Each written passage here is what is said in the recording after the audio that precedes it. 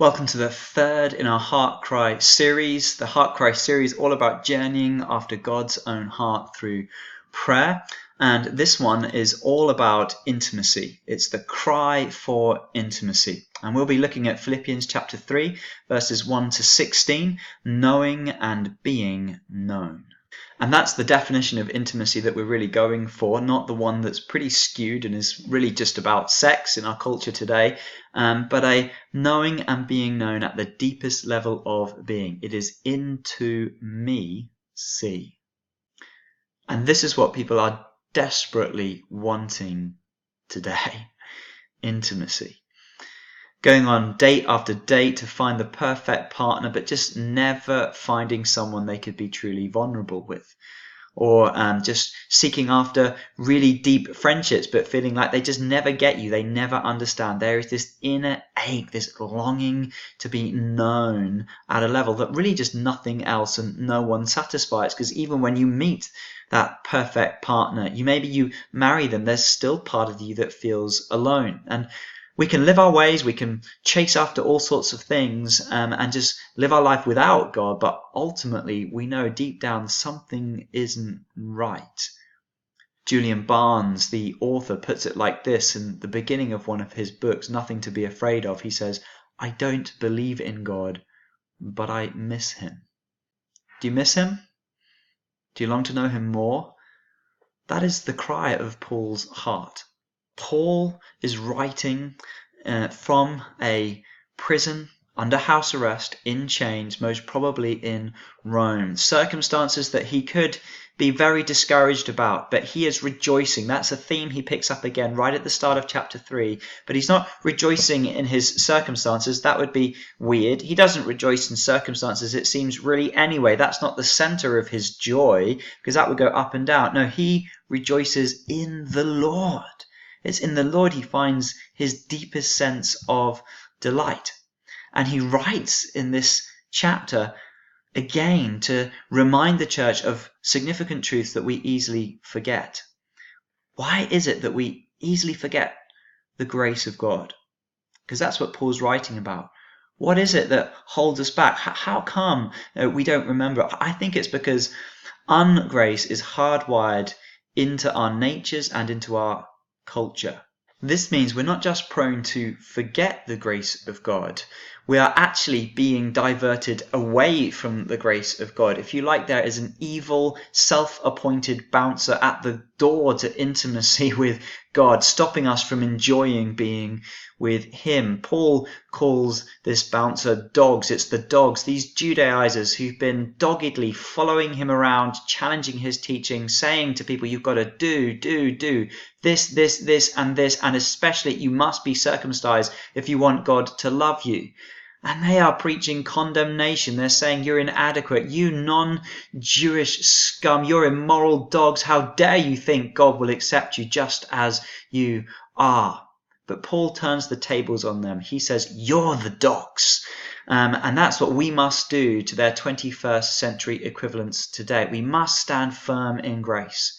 Look at Paul's example in verses 4 to 9. He says nothing in his past, his qualifications, the tribe he's from, all the good stuff that he's done to promote the Jewish way of life, his keeping of the Jewish laws, none of that, he says, is any good. In fact, he calls it rubbish, excrement. It doesn't give him 1% of the love of God he has found in Jesus Christ.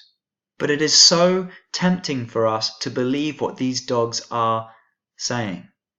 Some years ago, a survey was done of 7,000 churchgoers, and it asked this question. The way to be accepted by God is to try to sincerely live a good life. Agree or disagree? What do you think? 60% of those 7,000 churchgoers said they agreed with that statement. That is not Christian. But I understand it, because this is how we so easily slip into seeking to earn the grace of God. And what Paul is saying to us again is that it's not about what you do. It's about what Christ has done for you. It's his righteousness that we should consider and count and have accredited to ourselves that has value. So what could you do to listen to the loving voice of God, to receive his grace, to silence these barking dogs. What does it look like to draw near to Christ? Through prayer, because this cry for intimacy, it underpins all of Paul's prayer life. He prays for a spirit, the spirit of wisdom and revelation, that we might know God better, that the eyes of our heart might be enlightened, that Christ might dwell in our hearts, that we might be able to grasp how wide and high and deep and long is the love of God. Paul's prayers were always cries for intimacy. How could you really pray that way and destroy and break through the crushing condemnation that often gets heaped upon us through these dogs barking at us? So we need to watch out for the dogged deception, but we must also pursue head and heart knowing. Verse 10 is the epicenter, I think, of really Paul's prayer life. And it should be at the center of our prayer life too, that he says, I want to know Christ, that I might know him. And that word know that he uses isn't really so much about head knowledge. There's elements of that there, but it is primarily about an experiential heart knowledge. That's what the word means in the original Greek, and especially in this context. Paul wants to know Christ, not simply to know facts about him, but to know him as a person. There's a danger, isn't there, in the Christian life, I think, that you can just seek to learn about God as if he's some kind of concept, some kind of idea, these doctrines, these words written down on a page, but not know him as a person. And to know him as a person means we've got to be real and open and vulnerable with him. And we can do that because he knows us. He's God, he's omniscient. He knows everything about everything, including every bad thought and deed that you've ever done. He knows everything and more. He knows you because he took on flesh to become like you so that he could sympathize with you and understand you and represent you so that you can find acceptance before him through the cross and the resurrection and have deep intimacy and communion with him. That's what we've got to go after. And Paul describes it in two ways, that I might know the power of his resurrection. I think that's asking for in prayer the dynamite that destroys sin, that we might live a holy life pleasing to him. Because grace doesn't just result in us committing more sin.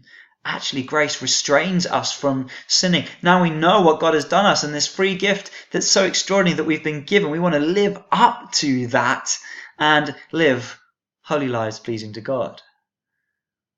And also, we don't want to shy away from any suffering that happens to us. We certainly don't want to let it draw us away from Christ, but actually to strengthen our communion with him. And through all of our sufferings, physical and emotional, we draw close to Christ, and they become windows to understanding about what he endured for our salvation, the suffering that he went through to purchase our forgiveness. And it fills our hearts with joy. And we begin to understand what it means to rejoice in the Lord again. As we cry out to God, I want to know you. I want to know you. And in being known and knowing him that way, we'll do what Paul did. We'll change the world. From that intimacy comes an almighty anointing and courage and power, because we have what matters most, and nothing can separate us from him. God bless you. Have a great study.